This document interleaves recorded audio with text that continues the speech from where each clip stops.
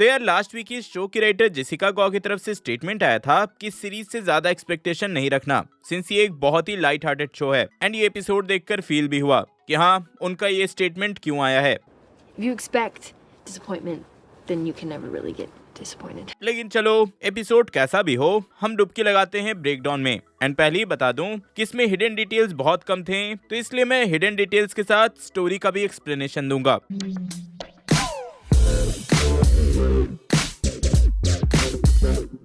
अब देखो, सबसे पहले टाइमलाइन क्लियर कर देता हूँ, क्योंकि लास्ट एपिसोड में शांग-ची वाला वीडियो देखकर सब लोग कंफ्यूजन में हैं। सब बोल रहे हैं कि शांग-ची में ब्रूस के हाथ डैमेज थे एंड वहाँ एबोमिनेशन और वोंग का केज मैच हुआ था। लेकिन वहीं यहाँ शी-हल्क के एपिसोड 1 में ब्रूस के हाथ ठीक हो गए थे, जिससे सब टाइमलाइन में कंफ्यूज हो गए। तो देखो, ये ऑफिशियली कंफर्म्ड है कि शांग-ची का टाइमलाइन शी-हल्क से पहले का है। और रही बात केज मैच की वीडियो की, तो ये रिकॉर्डेड वीडियो है जो कि अब जाकर वायरल हुई है, जैसे इन रियल लाइफ होता है। सबको इसके बारे में पता अब जाकर चला है। तो हाँ, एबोमिनेशन का जो वीडियो है वो पुराना है। तो हाँ, होप सो कि अब टाइमलाइन में कोई कंफ्यूजन नहीं होगा। वैसे ये एपिसोड स्टार्ट ही होता है जेनिफर और ब्लॉन्स्की के कन्फ्रंटेशन से, जहाँ ऑब्वियसली ये वीडियो वायरल होने के चलते उसके केस पे इम्पैक्ट हुआ है, जिसपे ब्लॉन्स्की क्लियरली मेंशन करता है कि उसने बाय चॉइस नहीं बल्कि वोंग के कहने पे किया था। और वोंग का पता लगाने के लिए जेनिफर निकी को लगा देती है। यही हम वोंग का लिंक्डइन प्रोफाइल देखते हैं, जो कि मुझे थोड़ा फनी लगा। यहाँ लिटरली उसने अभी तक क्या क्या किया है सब कुछ मेंशन है। और एक अमेजिंग डिटेल ये निकल कर इससे आती है कि भाई वोंग के पास टोटल एक्सपीरियंस लगभग 25-26 साल का है।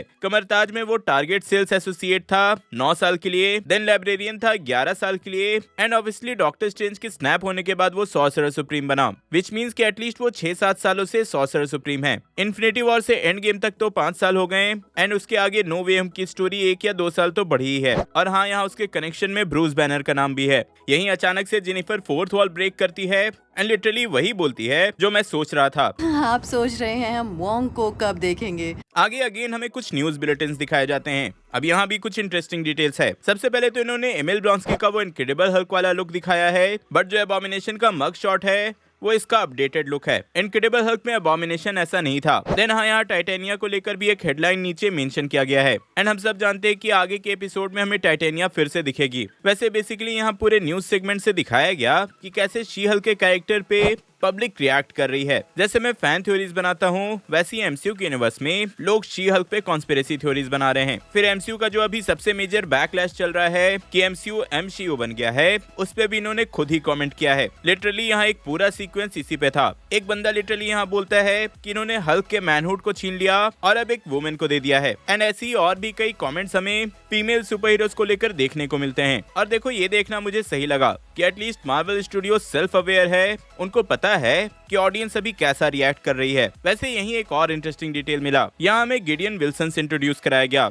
जिसने कि एबोमिनेशन को जेल में डलवाया था। एंड कॉमिक बुक्स में गिडियन विल्सन नाम का एक ही कैरेक्टर है, और वो है सैम विल्सन का भाई। अब देखो, एबोमिनेशन से तो इसका कोई कनेक्शन नहीं था, लेकिन हाँ, हल्क से जरूर है। वहाँ एक स्टोरी लाइन में गिडियन अपने बेटे की डेथ को हल्क पे ब्लेम करता है, एंड उससे रिवेंज लेने के लिए गामा रेडिएशन से एक्सपोज होता है और बनता है मिस्टर गिडियन। बट हाँ, सीरीज में ऐसा कुछ होने के चांसेस ना के बराबर हैं। आगे बढ़े तो जेनिफर हॉलीवे के ऑफिस में जाती है और वहाँ डेनिस हमें फिर से दिखता है अपने केस के साथ। यहीं हमें एक और कैरेक्टर मैलेरी बुक को भी दिखाया गया है, और कॉमिक बुक में ये कैरेक्टर जो थी वो पहले मॉडलिंग करती थी, बाद में जाकर ये GLKH में एक लॉयर बनी, और लिटरली काफी ज्यादा पॉपुलर लॉयर। और रही बात डेनिस के केस की, तो वो रैपर मेगन दी स्टैलियन को डेट कर रहा था, एंड लेटर उसे पता चला कि वो मेगन नहीं बल्कि न्यू स्टार्क की एक शेप शिफ्टिंग लाइट एल्फ रूना है। तो हाँ, उसका केस तो फनी है, बट उस कैरेक्टर से बहुत सारे डिटेल निकल कर आते हैं। पहले तो एमसीयू में पहली बार लाइट एल्व्स को मेंशन किया गया है। कॉमिक्स के वन ऑफ द 9 रेल्म्स अल्फाहाइम में लाइट एल्व्स रहा करते थे,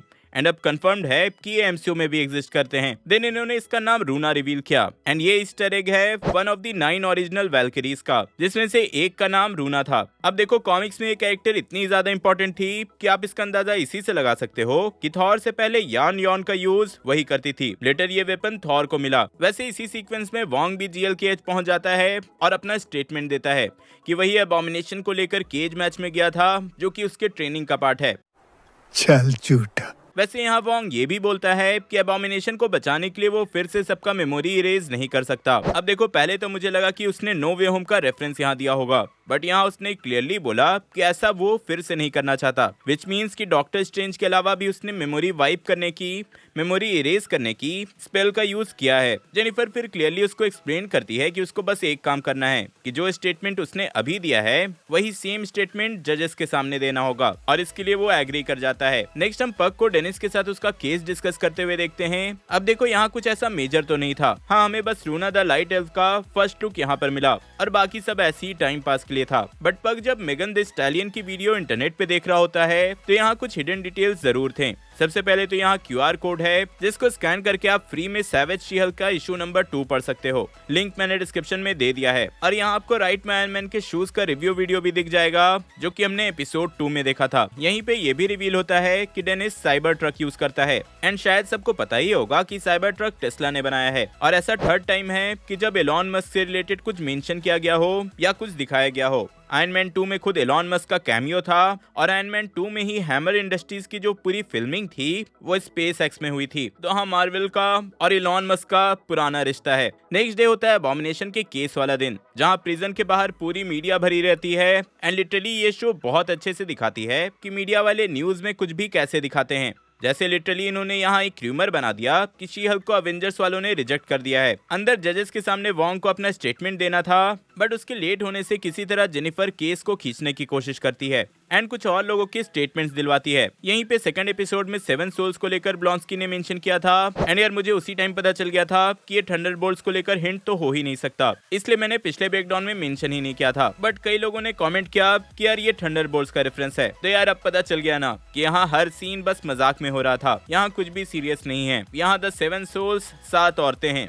बस उससे ज्यादा कुछ नहीं। पर हमें श्योर हूं कि इन फ्यूचर अबॉमिनेशन थंडरबोल्ट्स में दिखेगा। वैसे यहाँ कुछ विटनेस के नाम भी दिखाए गए, जिनमें से एक नाम एमी चांस है जो कि शी-हल्क की सीरीज की प्रोडक्शन मैनेजर भी हैं। इसके बाद यहाँ वोंग आ जाता है एंड उसके स्टेटमेंट से एमिल ब्लॉन्स्की को छोड़ दिया जाता है। और वहीं दूसरी तरफ डेनिस का केस भी चल रहा होता है, जिसमें कुछ कॉमेडिक मोमेंट तो दिए गए हैं और वो केस भी डेनिस जीत जाता है। लेकिन आज सही में ऐसा कुछ यहाँ हिडन डिटेल नहीं था जिसके लिए मुझे कुछ ब्रेक डाउन करना पड़े। बस जोक्स पे जोक्स हैं एंड कुछ फनी सीन्स। आगे अगेन मीडिया जेनिफर के पीछे रहती है और इसके बाद वो अपना फ्रस्ट्रेशन निकी के साथ शेयर करती है कि कैसे उस पे मीम बन रहे हैं, मीडिया वाले उसके पीछे पड़े हैं और कोई भी कुछ भी र्यूमर्स फैला रहा है। देन इसी पर एमिल ब्लॉन्स्की जेनिफर को ये भी सजेशन देता है कि मीडिया वाले नहीं रुकने वाले, तो इग्नोर करने से बेटर है कि जाके एक इंटरव्यू दो, उसका पार्ट बनो और सब कुछ क्लियर कर दो। एंड जेनिफर वैसा करने का ट्राई भी करती है, बट अल्टीमेटली उस इंटरव्यू में भी उससे कोई रिलेवेंट क्वेश्चंस इस केस से रिलेटेड नहीं पूछे जाते। इसके बाद थोड़ा कुछ इंटरेस्टिंग होता है जब जेनिफर पे कुछ सुपर पावर्ड लोग अटैक करते हैं। मतलब पहले तो ऐसा ही लगता है, बट रिवील होता है कि इन लोगों ने किसी एसगार्डियन कंस्ट्रक्टर वर्कर को लूटा है और उसके टूल्स ले लिए हैं। खैर देखो, ये लोग हैं कॉमिक्स से रेकिंग क्रू। कॉमिक्स में इनको पावर्स इन पे बिजली गिरने से मिली थी, बट यहाँ इन्होंने एसगार्डियंस का टूल चरा लिया। एंड इनके बातों से ये भी क्लियरली पता चल जाता है कि ये शी-हल्क के ब्लड के लिए आए थे, जो कि वो ले नहीं पाए। वो बोलते भी हैं कि बॉस खुश नहीं होंगे, और फैन थ्योरीज की माने तो इन सब के पीछे GLKH का हॉलीवे है। खैर यहीं पे ये एपिसोड एंड हो जाता है, लेकिन इन द एंड हमें मिलता है ये पोस्ट क्रेडिट सीन जिसमें मेगन द स्टैलियन का कैमियो है और शी-हल्क का ट्वग भी। तो यार ये था मेरा ब्रेकडाउन शी-हल्क के एपिसोड 3 का। आज बहुत कम रेफरेंसेस और हिडन डिटेल्स थे, इसलिए स्टोरी पे ज्यादा फोकस किया। वैसे स्टोरी भी ना के बराबर थी, लेकिन फिर भी आपको एपिसोड 3 कैसा लगा कमेंट जरूर करना। एंड एज ऑलवेज न्यू हो तो लाइक शेयर एंड सब्सक्राइब करके जाना। एपिसोड 2 में एक्वामैन का रेफरेंस नोटिस किए थे या नहीं किए तो ऊपर वाली वीडियो देखो, एंड कुछ रैंडम देखने के लिए नीचे वाली। मैं जल्दी और नए वीडियो लेकर आऊंगा। टिल देन बी देसी बी नर्ड।